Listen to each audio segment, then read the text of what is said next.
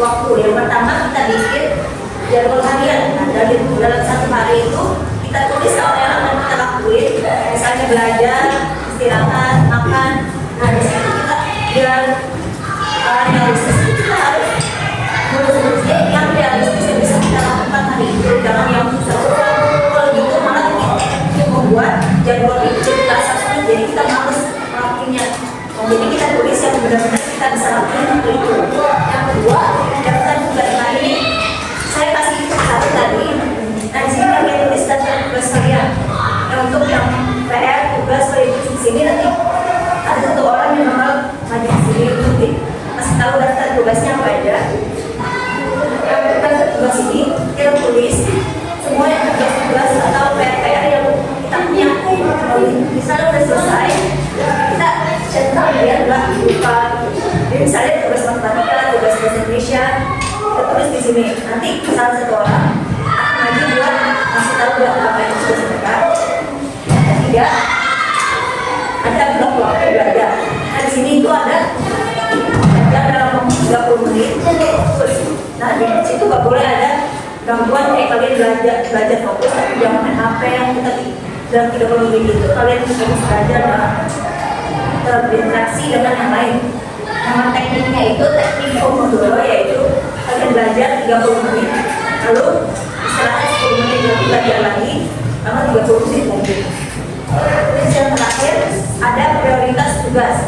Nah, di prioritas tugas ini kalian prioritas dulu tugas mana yang lebih penting, mana yang akan dikumpulin lebih dulu, itu tugas yang akan kalian lakukan dulu biar ketika tugas itu mau dikumpulin, tugas itu sudah selesai. Nah, kalian tuliskan tugas kalian di sini. Nanti salah satu ada yang akan maju buat kasih tahu daftar tugasnya. Tulis daftar tugas kalian di sini. Apa aja yang kalian punya tugasnya yang belum selesai? Kalian paham nggak? Kayak ngerjain tugas yang belum kalian yang bulan sekarang ditulis. Ditulis aja. Misal ada tugas bahasa Indonesia nih, kalian mau mencari jadi ntar jadi coba siapa nanti satu orang maju, jadi semuanya tulis.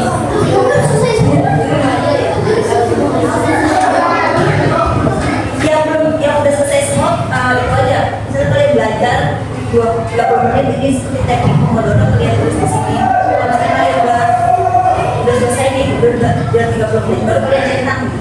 Misal kalian belajar nih ada PR, kalian belajar bahasa Indonesia, kalian belajar berapa lama? Misal 20 menit, kalian centang. Jadi kalau tugas kalian udah selesai, kalian tulis belajar aja.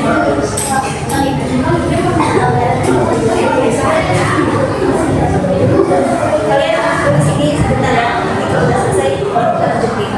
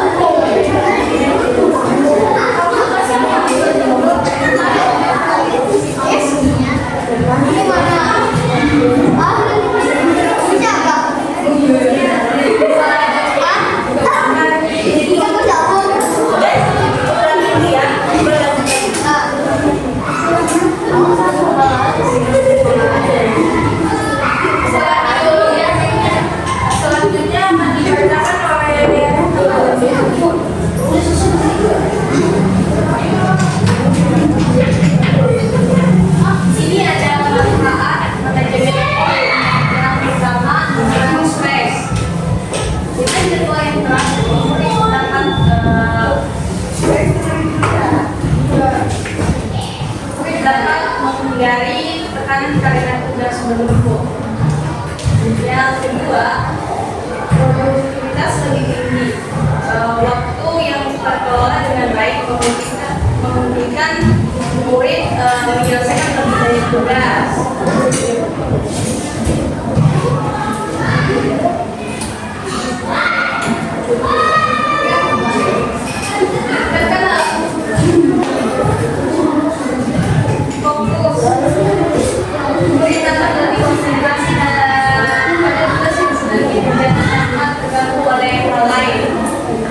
Keempat, mengurangi gangguan dengan jadwal yang jelas agar dapat menghindari hal-hal yang mengganggu konsentrasi.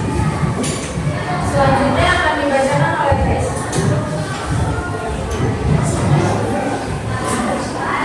Di sini Anda mengadakan manajemen waktu. Yang pertama, membuat daftar rencana belajar. Ini akan membantu mengetahui apa saja yang dilakukan setiap hari. Yang sama seperti itu, checklist itu sama aja yang kayak daftar rencana belajar kalian buat aja dalam seminggu. Yang kedua, ada membuat target belajar, menetapkan tujuan belajar agar diri sendiri dapat ketinggian. Yang ketiga adalah menentukan prioritas, mengajarkan untuk mendapatkan tugas yang lebih penting. Biasanya kalian di sini ada yang lebih penting main game, itu mengutamakan yang prioritas dulu, yang tugas-tugas kayak gitu ya. Dan di sini yang terakhir ada memerlukan sikap disiplin dan konsisten, menanamkan kebiasaan untuk selalu berada di jadwal yang telah dibuat. Dan di sini yang suka konsisten dalam bertugas itu lebih konsisten lagi ke depannya gitu ya. Dan selanjutnya dibacakan oleh Rita.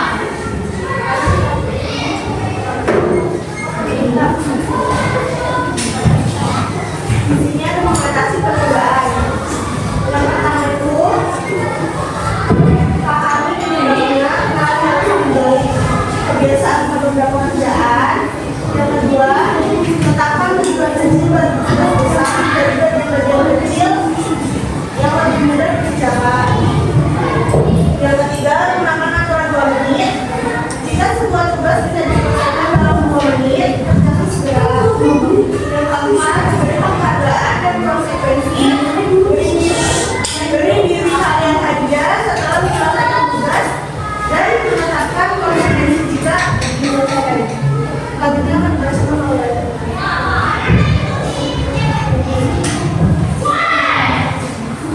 Di sini ada evaluasi dan penyesuaian. Yang pertama ada sejauh kerja. Kalian bisa review sejauh mana rencana belajar yang kalian buat. Contohnya lihat jadwal dan apa kegiatan yang udah kalian jalanin. Udah berhasil yang jadwal atau melenceng ke jadwal yang lain. Evaluasi ini biar tahu kebiasaan kalian mana yang kalian dan buat waktu kalian yang terbuang. Yang kedua ada identifikasi area yang perlu ditingkatkan. Kemudian bagian mana yang kalian perlu diperbaiki dari waktu kalian untuk pembelajaran itu. Jadi cari tahu aktivitas mana yang bikin kalian berantakan atau kalian buat berantakan jadwal kalian itu dari kalian scrolling TikTok ataupun kalian kabur tugas-tugas. Jadi sini kalian bisa lebih fokus memperbaiki diri rumahnya.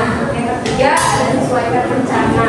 Jadi ubah rencana kalian dan juga teknik waktu kalian buat evaluasi yang lebih baik lagi.